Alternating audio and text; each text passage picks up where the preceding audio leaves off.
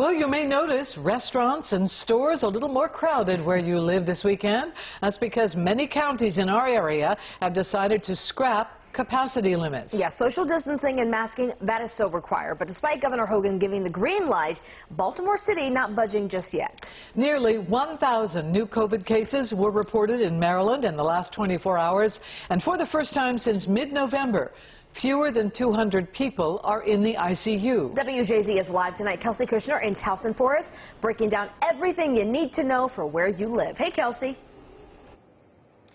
Nicole, Denise, well, people certainly are taking advantage of those lifted restrictions tonight here in Towson, but this doesn't change too much. You still have to wear a mask and socially distance while you are dining, but restaurant owners that we spoke with today say this is one major step towards getting back to normal.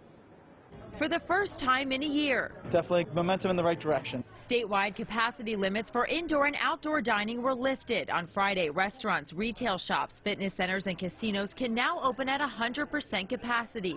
So far, Anne Arundel, Howard, Carroll, Harford, and Baltimore counties have agreed to follow Governor Hogan's lead in lifting restrictions. Restaurant owners like Nick Liberatore say it's a sign of hope. It's going in the right direction. I just think that that's just mentally, to the staff, to the community, to the guests that come in. It's just steps in the right direction. But in Baltimore City, restrictions remain in place, with indoor dining at 25% capacity and outdoor dining at 50%.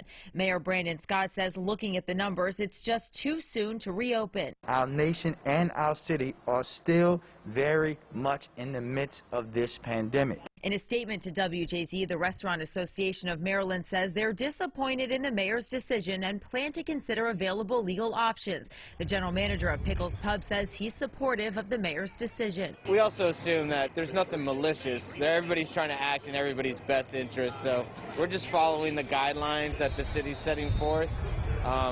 We'd hope for more. While some are against the move, I think it's a little early to, raise restrictions. Others say it's time to get back to normal. People are starting to get vaccinated.